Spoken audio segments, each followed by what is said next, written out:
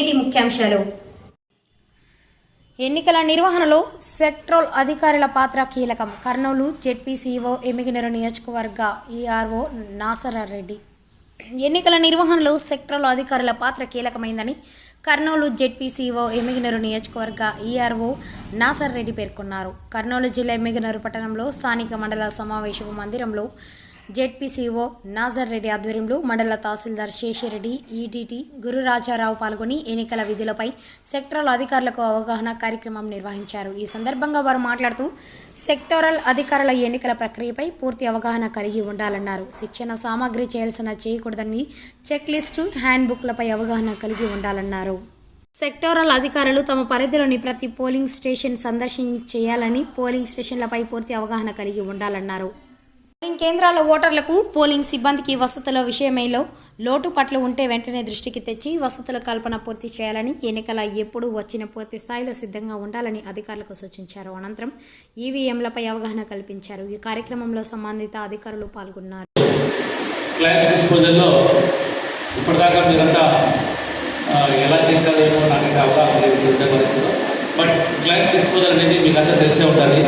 Form 6 ఏ విధంగా dispose చేశారు, form 7 ఏ విధంగా డిస్పోజ్ చేశారు, ఫామ్ 8 ఏ విధంగా డిస్పోజ్ చేస్తారు. సో క్లయింట్స్ డిస్పోజల్ ఆల్మోస్ట్ చివరి స్టేజ్ వెళ్ళింది కాబట్టి వాటికి ఏ 13 బోర్డింగ్ ఏదైతే పెట్టాలి, 12 ఉపయోగించాలి నోటీసులు, అదే 15 నోటీసులు ఏదైతే పెట్టాలి, ఇవన్నీ మీకు అవగాహన ఉంటాయి. కాబట్టి నేను మళ్ళీ రూట్ మ్యాప్ ప్రకారం కరెక్ట్గా ఉందా లేదా, మనం ఆ రూట్ కరెక్ట్గా ఉందా లేదా, డిస్టెన్స్ ఎంత, ఇవన్నీ కూడా చూసుకోవాల్సిందిగా మీకు సెక్టరల్ ఆఫీసర్ దయచేసి ఒకసారి మళ్ళీ ఫీల్డ్ వెరిఫికేషన్. ఎందుకంటే నేను ఇంకా చూసిన 2 పోలింగ్ స్టేషన్లోనే 2-3 ఇష్యూస్ నేను రైట్ చేసి చూశాను, గమనించాను.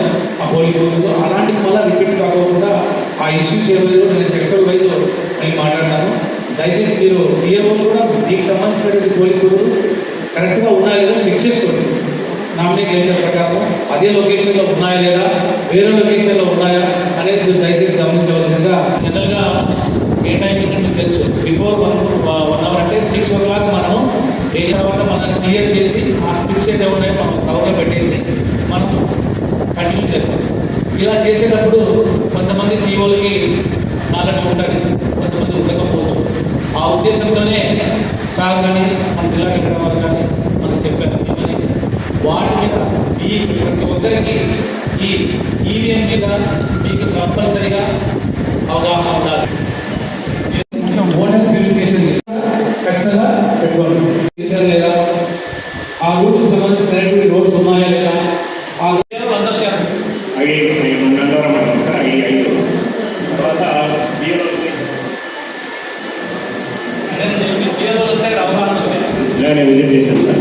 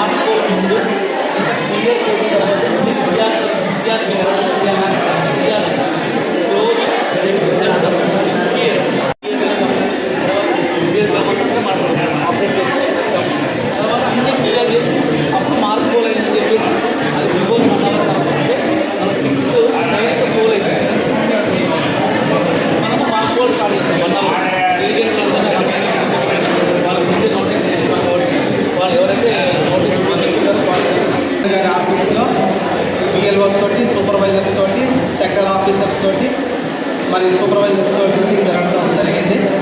మరి ఈ కార్యక్రమం ముఖ్యమైన ఉద్దేశం ఏంటంటే మరి ఎలక్షన్స్ ఆల్మోస్ట్ ఫాస్ట్ అప్రోచ్ అవుతున్నాయి. ఒక్కసారి బిఎల్ఓస్కు, సూపర్వైజర్ ఆఫీసర్స్కు, సెక్టర్ ఆఫీసర్స్కు వీరికందరికీ కూడా చెప్పేది ఏమంటే ఒక్కసారి మీరు మీ యొక్క పోలింగ్ బూత్స్ అన్ని కూడా వెరిఫై చేసుకొని అన్ని ఏఎంఎఫ్స్ అష్యూర్డ్ మినిమం ఫెసిలిటీస్ ఉన్నాయి లేదనేది ఒకసారి వెరిఫై చేసుకోమని చెప్తున్నాము.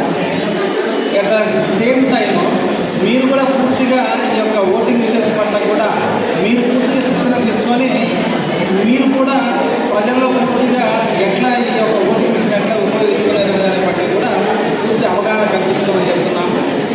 Already voter final list publication జరిగింది.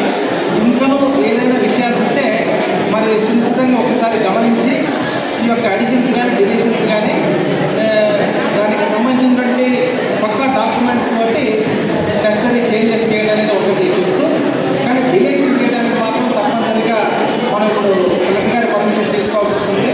తప్పనిసరిగా డెత్ సర్టిఫికేట్ ఉండాలి, తీసుకొని దాన్ని చేయాలని మనం కోరుకుంటున్నాం. At the same time sector officers, booth officers ఇచ్చారు కాబట్టి మరి మీరందరూ కూడా సమయంలో పోలీసు